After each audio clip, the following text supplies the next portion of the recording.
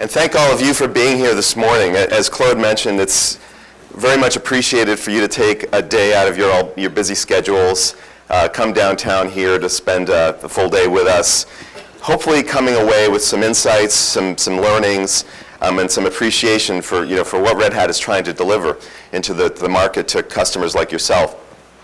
What I'm going to do is really open things up and start teasing out some thoughts and ideas, talking about industry trends, talking about some observations we see across the customer base like yourself, really using the theme of digital transformation as that vehicle to tease out some of these ideas and really open up the thinking for all of the rest of the presentations. I'm not the smart guy that Claude mentioned. Claude said he assembled a group of smart people to be with you here today. I'm not that person. The people who follow me are. But we will have some really engaging topics that you saw on the agenda to really dive deeper into some of the key trends like app platforms and containers and DevOps. And so, again, we're going to tie those themes together, talk a little bit about Red Hat, and we'll get to that later in my presentation, but really open up by talking about digital transformation, what companies are trying to do, but how it ties to the underlying infrastructure that is delivered, how it ties to the underlying application development frameworks and platforms. So that's really the framing of today, and that's how we'll begin. So there's sets of business challenges that exist as companies embark on digital transformation. And you're going to see me reference a lot of surveys. The fonts are very hard to read on these slides, but on the USB sticks that Claude mentioned, you'll be able to actually click into many of these links and see some of the reports and the articles online. So there's a new competitive environment that exists. And really, there was a survey done by PwC where they surveyed CEOs, and over 1,500 CEOs, I believe, across the globe, and asked them to talk about what they're trying to do. And they all feel that they're being stretched to deliver, to their stakeholders, to be stretched very thin to meet the needs of their stakeholders. And when you look at how they define stakeholders, it's not just customers. It is customers, but it's also employees, it's shareholders, it's the supplier network, it's their partner ecosystem. So they're being stretched very thin to deliver to these stakeholders, and the stakeholders' expectations are rising. So technology, however, they believe, and 77% of them say technology is one of the three influencers of that transformation of stakeholder expectations. So they're realizing expectations are rising across the board, and they're also realizing that technology is a key vehicle for them to go deliver to that. Similarly, in a survey, I think it's the same survey, they were asked about how they're using technology and how are you going to deliver on those expectations that are rising. Well, I'm going to talk about some of the barriers, by the way. There are a lot of barriers to how they implement and use this technology. Some of the barriers or friction points that they encounter are the regulatory environments they work in. How do they do things efficiently? How do they have the skills in-house to do it? And then just the cost of doing business. So, but having said that, nearly 90% of them are embracing technology as a way of meeting these changing shareholder expectations. So that's really the answer that they're embarking on and grabbing onto as a way to do this. Now this leads into discussions on digital transformation and digital business. So as you look at this survey, this is a different one that was published by Gartner, about building digital platform. The CIOs are expecting in the next 5 years that their business derived from digital means are nearly doubling. And what that really means is, digitally driven transactions. I mean, it's kind of a broad swath around the definition of digital business here, but digital transactions, digital engagement, customer acquisition through digital means. But they're attributing this to their digital business, and they're seeing it doubling over the next 5 years. So the CIOs in this case, who responded to this survey, are also dealing with those same changes, the same expectations, and using, of course, the underpinning of technology to drive this digital business. So these business demands are being driven by technology. We've talked about this. We all know it. The business demands talk about being efficient, being agile, driving innovation, responding to the customer needs that are happening. So, you all have customers that you respond to. So frame it that way, just like Red Hat responds to you as our customers. And some of the key trends that are being used, the key technology trends that are being used to deliver against this, are things like cloud, data and analytics, mobile technologies, the convergence of infrastructure as a service and platform as a service. So these are all the key technology trends that are being used. And how will this help the digital business? Let's talk about that for a minute. So, the data and analytics space, whether you call it big data or whatever your favorite term is, that will provide deeper insights into the customer profile, the customer segment, the customer themselves, allowing you to do sort of the market of one. So the analytics and insights that you can derive from that will help achieve the notion of being a digital business. Mobile technologies will allow you to be connected anytime, anywhere. We all deal with this and use these technologies as consumers, but apply this thinking to business as well. Mobile technology will drive digital business, and it is driving digital business. Cloud, how will that help? Well, cloud in the abstract is somewhat meaningless, but cloud technologies deliver agility. They deliver the ability to have customizable, personalized services to your customer. So cloud as a capability gives you, again, digital business and helps drive that. And then finally, the social media, which is not explicitly called out here, the social media aspects is another key technology trend that is spilling into business. Gives you the psychographics and profiles that you also need, coupled with the data and analytics that I talked about already. So, I would also probably add machine learning and artificial intelligence to this list. But these are really those key trends that are driving the digital business.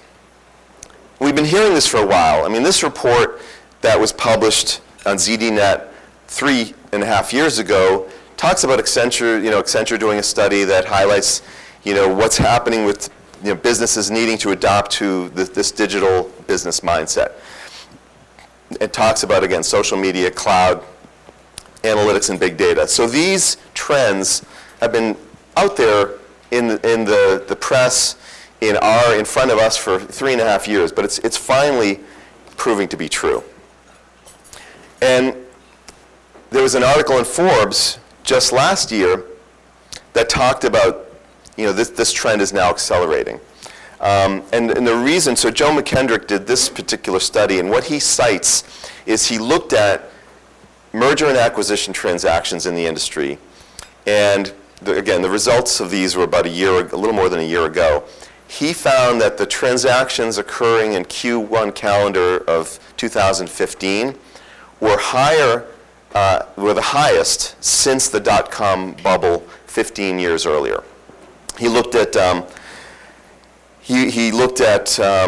he saw 981 deals, $77 billion worth of transactions happening. So the activity driving, the technology fueling digital business was highest it's been in 15 years. And he published this study, again, in Forbes magazine and online. It was also online, and that link will take you to the article. But some of the specific deals fueling this digital transformation were fintech, cloud computing, analytics, IoT was a very critical one that came out of the study. So a lot of these deals were predicated on Internet of Things. And let's talk about Internet of Things for a minute. IoT, again, in the abstract, somewhat ambiguous. But when you think about IoT, really think about it as a way of driving the connectivity to customers, suppliers, and partners, or employees. Think about it as a vehicle for grabbing enormous amounts of data from myriad sources, sensors, et cetera, and then using analytics to take that data and turn it into actionable insights. And then also IoT as a vehicle for redefining a business model. Think about any company like Uber, who is redefining the way we hail a cab and the way we get transportation services provided. So, I mean, at some level, that's IoT being used to redefine a business model. The T in IoT there is your smartphone with an app on it. Okay, so it is proving to be true, even though we've been talking about it for 3 years. It's really, it is really critical for businesses to innovate and to get, on the train for digital transformation. And Steph Bacon is going to talk more about this in the technical and technology context in the presentation following mine. But let's talk about an example here. How many people have heard about a company called Henry Schein?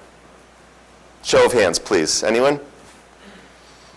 I had not myself until about a week ago either. Well, Henry Schein is a dental services supplier to basically dentists across North America and globally. They are about midway, 268th on the Fortune 500 list. And so they're a large company.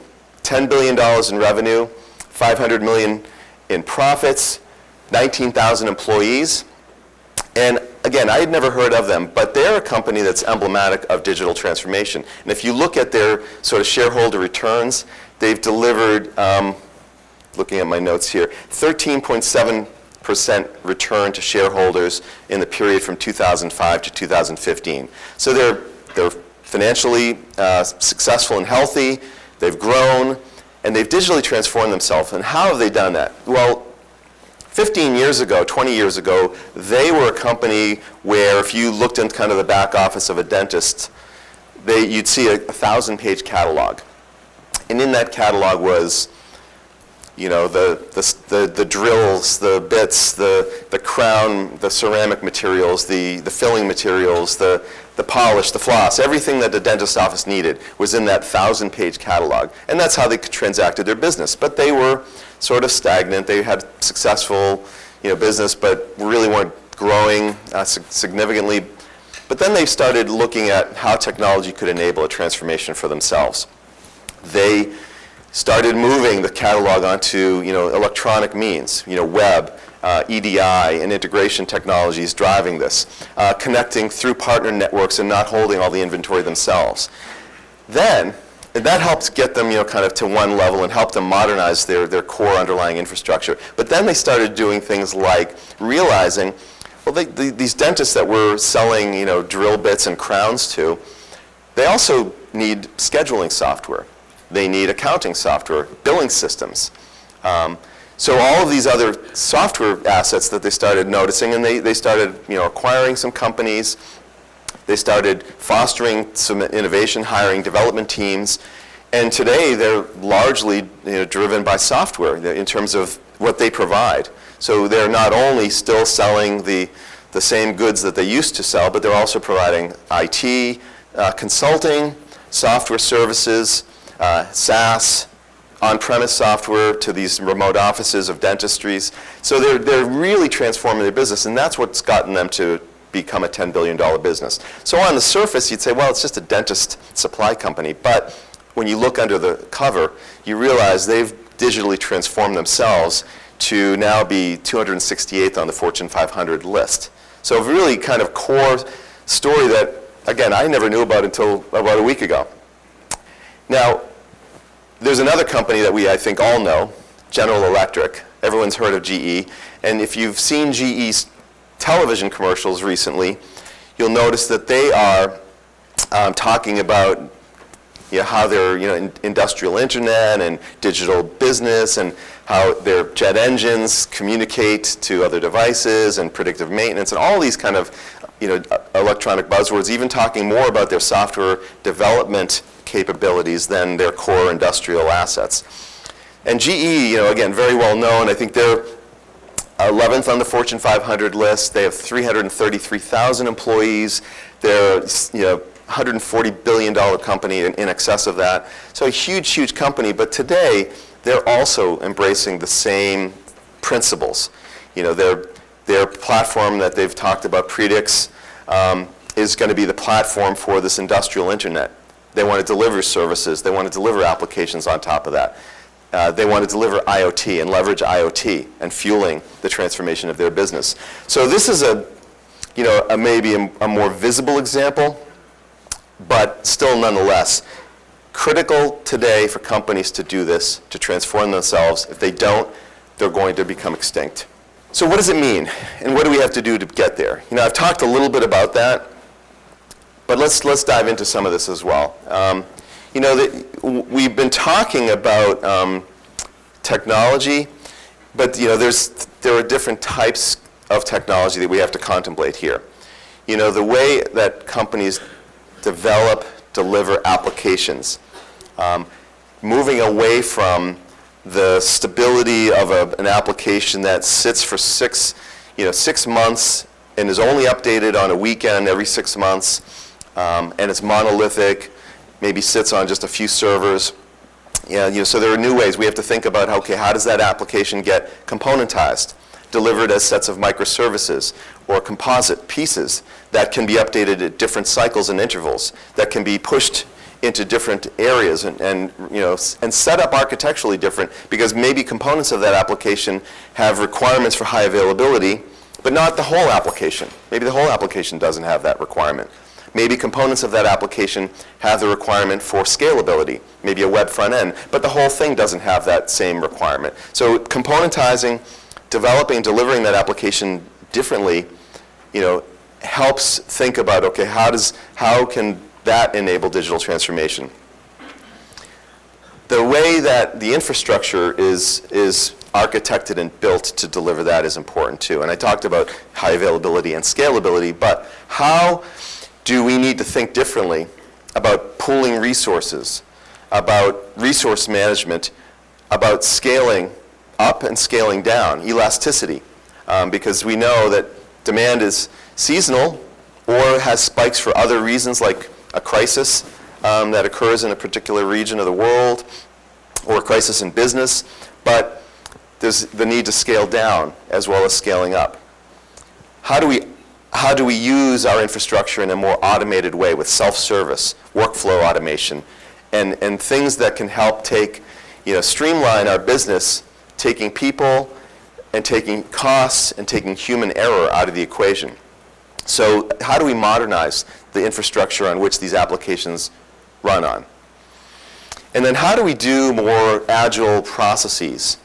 So the days of having a developer team that was in one area and they did their work, and then the term I always use is they threw it over the wall to the operations team and said, please provision this to be available to employees or customers.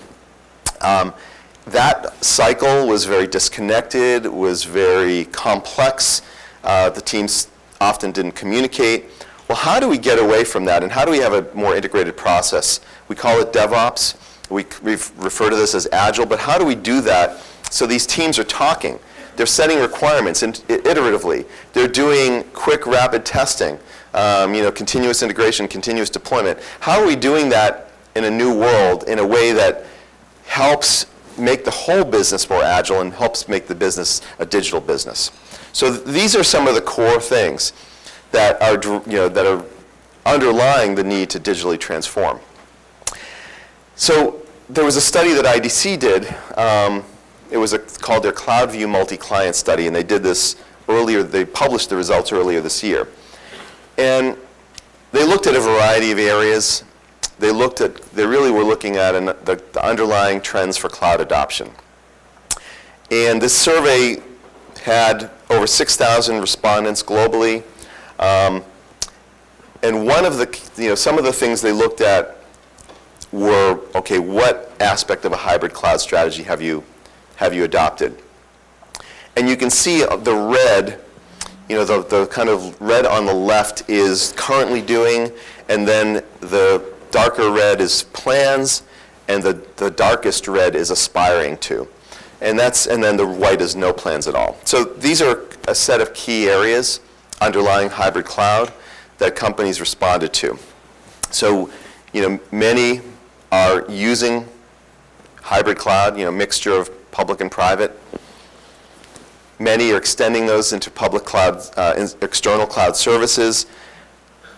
Many of them are using architectural principles to do provisioning and configuration management. Again, that's part of the kind of the automation and efficiency play that we talked about. Portability of workloads. So across the board, hybrid cloud is a reality for these companies that responded to IDC's survey. Other things that they found were that the use of cloud applications has doubled in the last 14 months, because they do the survey every roughly year, and they'd seen that a significant uptake, a doubling of respondents saying that they are using cloud for application delivery in the last 14 months. Other things that they noticed were the role of service providers in their cloud strategy. And let me spend a minute talking about hybrid, because I think that term is another term that it has certain meanings, but from a Red Hat perspective, there's a set of design principles that we think of when we talk about hybrid.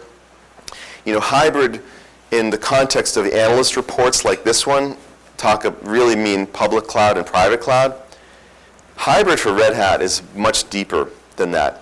Hybrid for us means, yes, public and private cloud, but it also means true architectural agnosticism to say, okay, you want to do things on physical systems, virtual infrastructure, private clouds on premise, or in public clouds.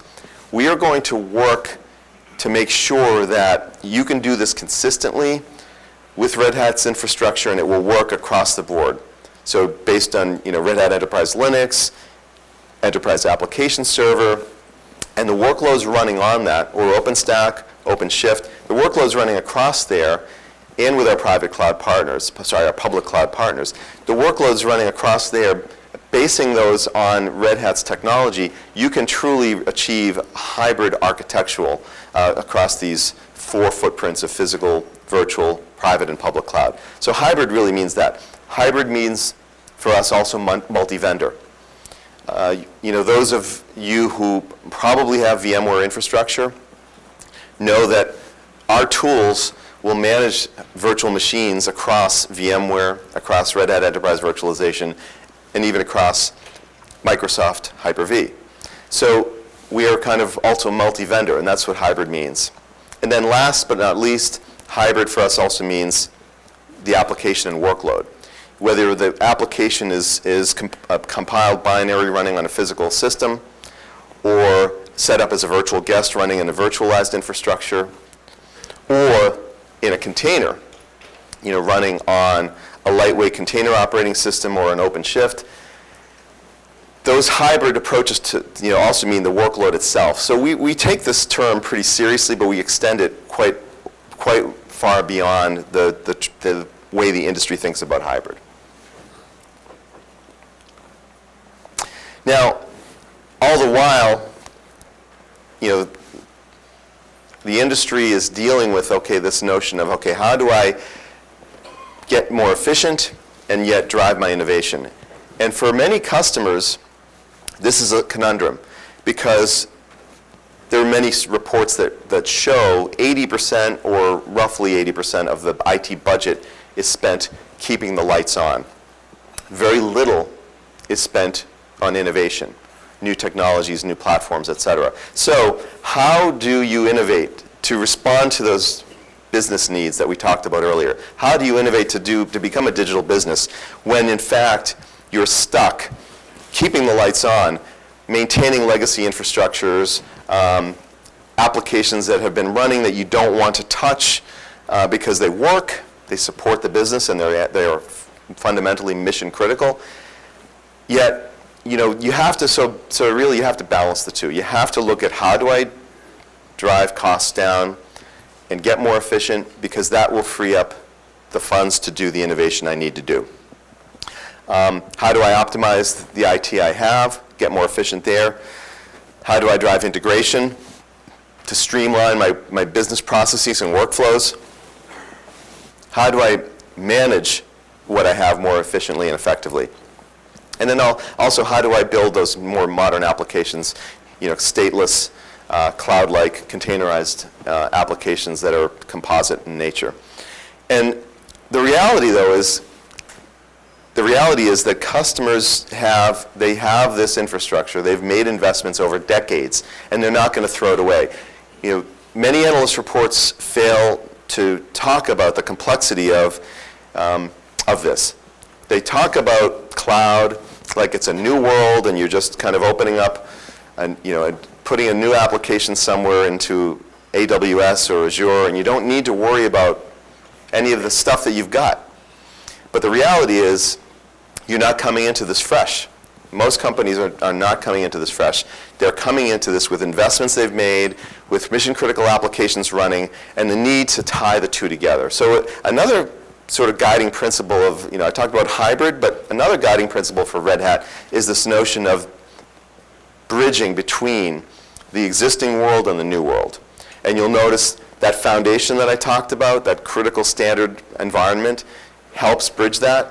The integration technologies we deliver with JBoss Fuse, ActiveMQ, AMQ, other things, they bridge between these two worlds. And there's important guiding principles in what we do, because we understand that you're not starting from scratch, that you are trying to cross from one into the other, but still having to leverage those applications that have been running and delivering critical services to your business for a decade to tie into those customer data marts, where you have 20 years of customer order history logged and established in there.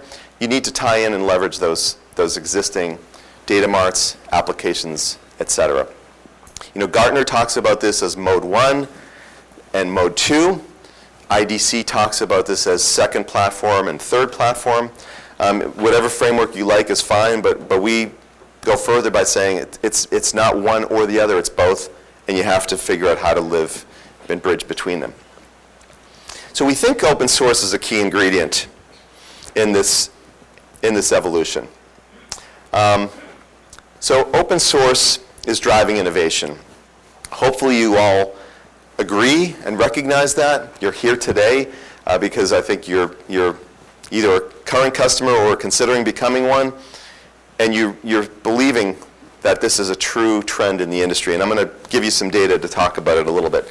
First, anecdotally, when you look historically at how open source has arrived, open source really came on the scene more than 20 years ago, but enabled by several things like the GPL and the Free Software Foundation, but really started taking off about 15 years ago with Linux.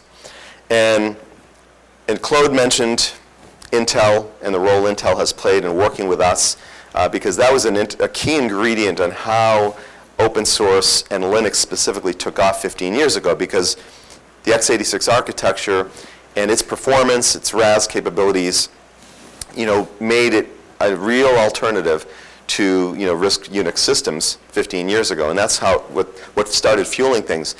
But then if you step back and look at, okay, well, that was the first step. Now what's happened? Well, Linux has created sort of these I'm hesitant to call them direct branches in the tree, because they're not distributions of Linux per se, but they are sort of innovation styles that have flown out of Linux. So Android, the mobile operating system that's the most popular in the world, a derivative of Linux, really a Linux operating system at the core. OpenStack, fueling cloud computing right now, is really based entirely on kind of Linux. It runs on Linux. Workloads are typically Linux-based. That's a key one as well. Certainly, big data with Hadoop, another derivative, but open source fueled innovation that's happening in the industry, really because of the community involvement and the power of this model to deliver innovation into the industry.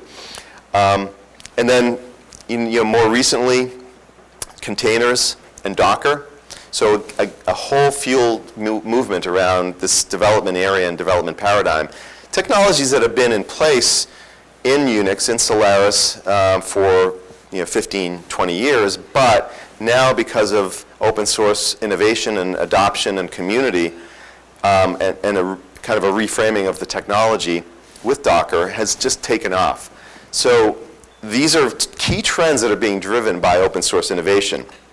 Companies that we know and use on a daily basis would not exist today if it weren't for open source innovation.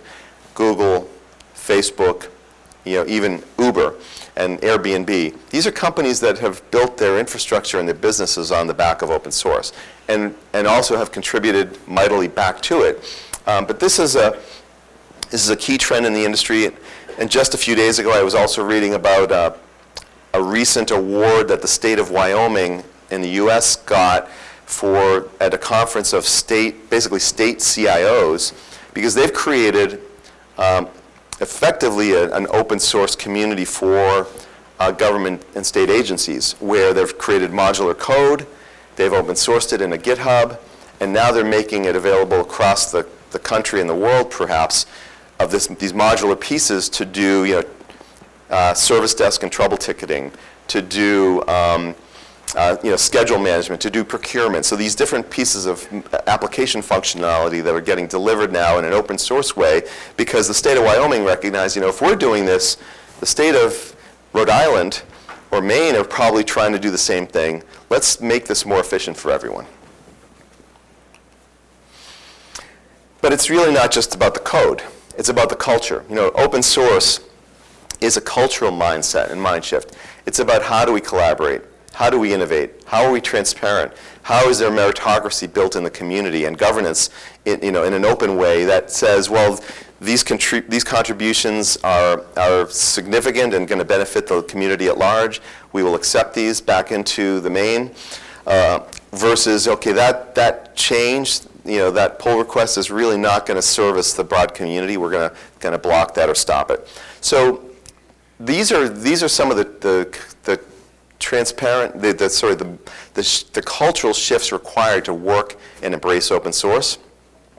And the other key thing that we don't talk about as much as we should is that by using open source as a vehicle for this driving of requirements, it ends up servicing and serving the main, as opposed to typical proprietary software solutions are driven very much siloed without significant broad market reach conducted, whereas here the roadmaps are defined in the open and the requirements set and the end result of the products delivered do service the whole community. And you have the opportunity to contribute here as well if you like, and if you want to take, if you have a vested interest, get involved and start working.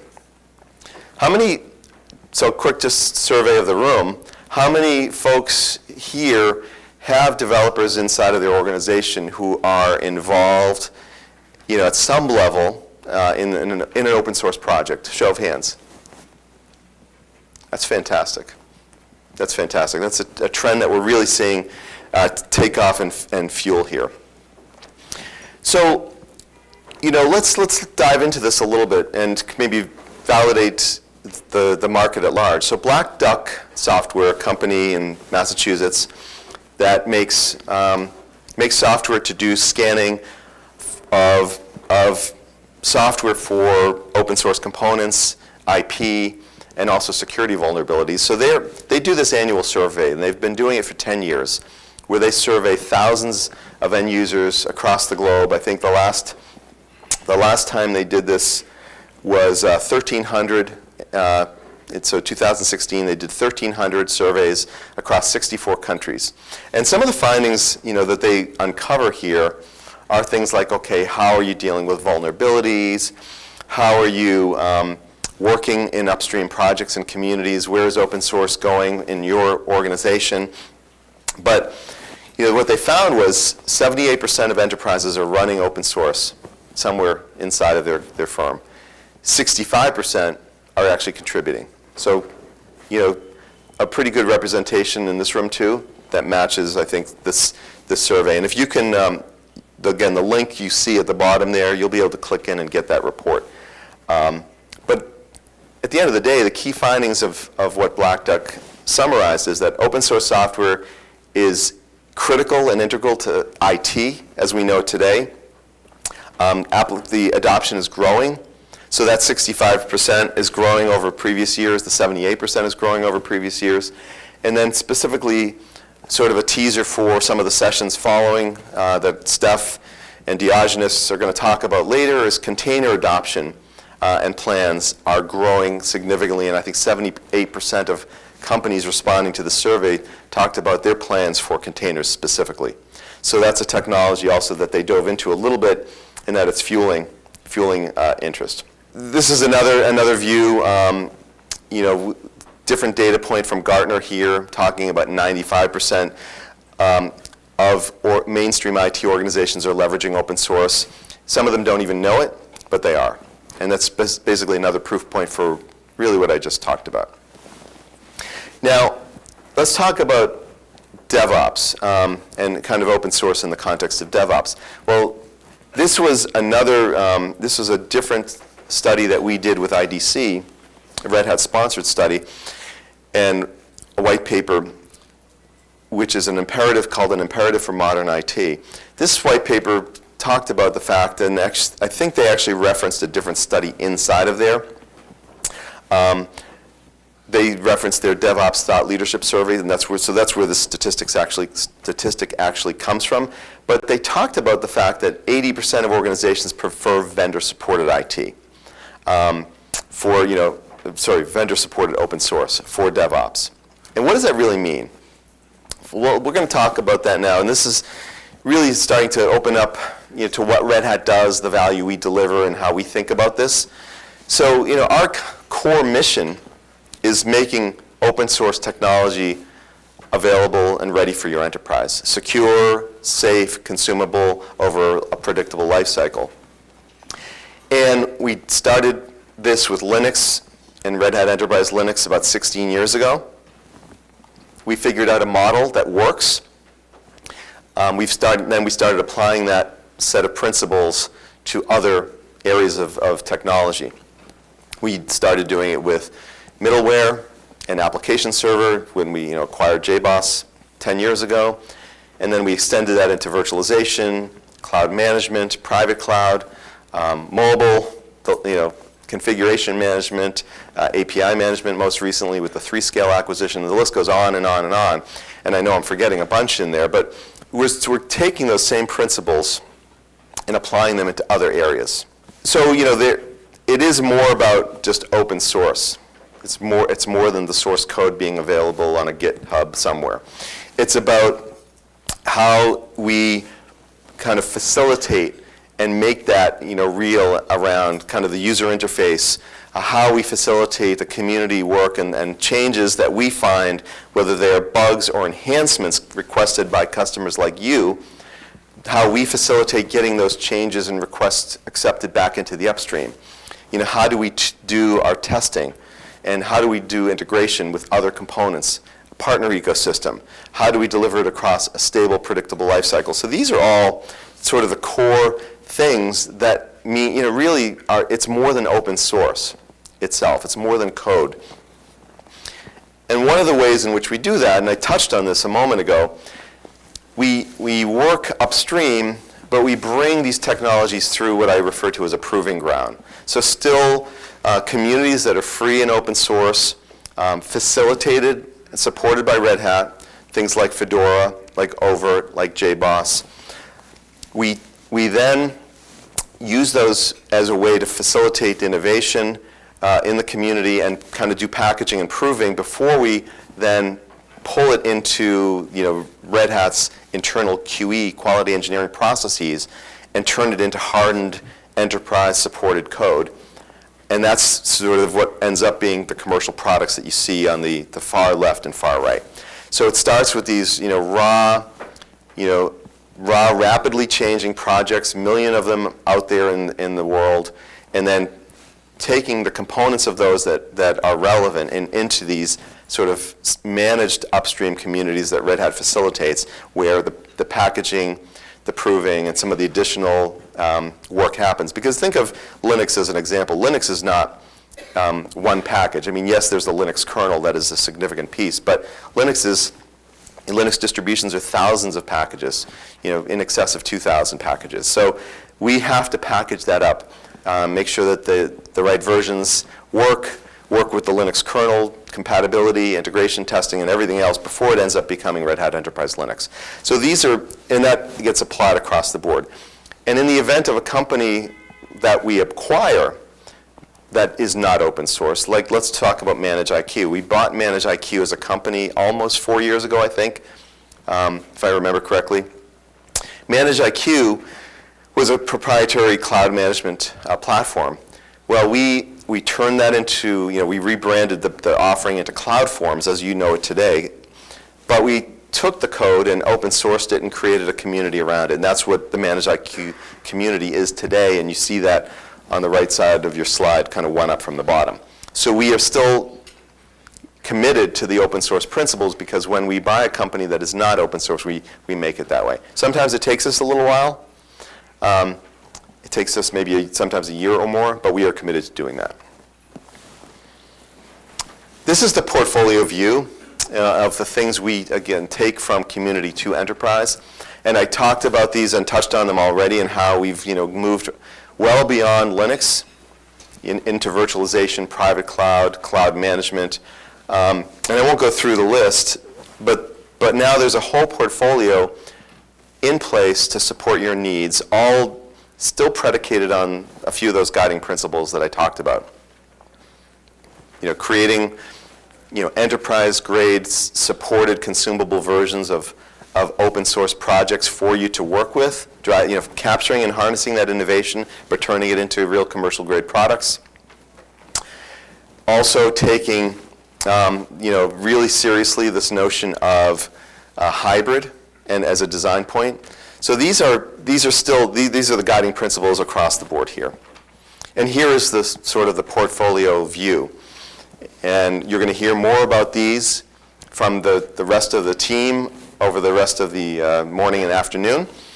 But this is the entire portfolio of Red Hat's offering, from infrastructure to application development, deployment management, and then also a set of services capabilities, whether they are professional services or training, instructor-led curriculum, online as well, training, to deliver the capabilities to you to work with us and consume what we're delivering.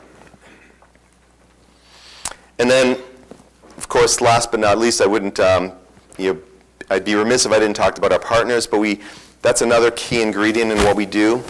Working with a broad partner ecosystem. I mentioned Intel earlier, but doing this with our partners has meant everything, because the partners deliver either the applications that run on top of our offerings to serve you. These partners deliver the servers or the cloud infrastructure that our stuff runs on top of.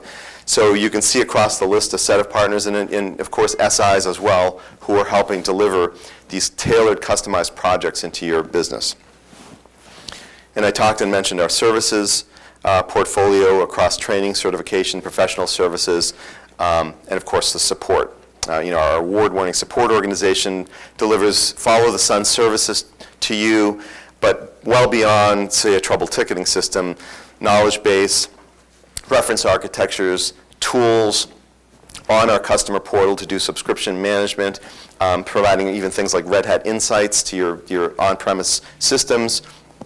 And then also, in the case of vulnerabilities, when a security vulnerability is found, we often will create a tool in our customer portal that allows you to do a system check to see if your systems are exposed by that, say, OpenSSL or Bash vulnerability that's been out there. The customers like yourselves sort of prove that this is working in the industry. Across several verticals here, airlines, telcos, healthcare, and commercial banks, all customers, all firms in the Fortune 500 of these industries run Red Hat somewhere. And I'll talk about a couple of quick examples. MD Anderson, very, very famous hospital in Houston, in their cancer center. They modernized their infrastructure away from proprietary RISC Unix systems and moved to Red Hat Enterprise Linux and Satellite as the management platform, and really streamlined their business and drove those efficiencies down so they could turn that cost saving into innovation in other areas. Verizon recently announced at OpenStack Summit, I guess in April, announced the largest NFV deployment in the world based on OpenStack, based on our OpenStack, kind of a 50-rack server running on Dell systems, and really, delivering virtual, network infrastructure across their business, running on Red Hat and OpenStack, but also using our software-defined storage offering. E-Trade using JBoss AMQ to do higher frequency trading, and they're serving 300,000 transactions a day, and also struggling with some of the reliability that they were dealing with, so they modernized and standardized this on JBoss Fuse AMQ to deliver a much more efficient and higher reliability capability for these transactions. And with that, I'm going to thank you for spending this first hour with us and hopefully opening your eyes up to a lot of the other topics we're going to dive into, and look forward to interacting with you during the breaks and at the happy hour. So thank you very much for your time. I think everyone was surprised when Mark brought up the portfolio slide for Red Hat. How many people here still think we just do Linux? No one's lifting their hand, but I know you're there.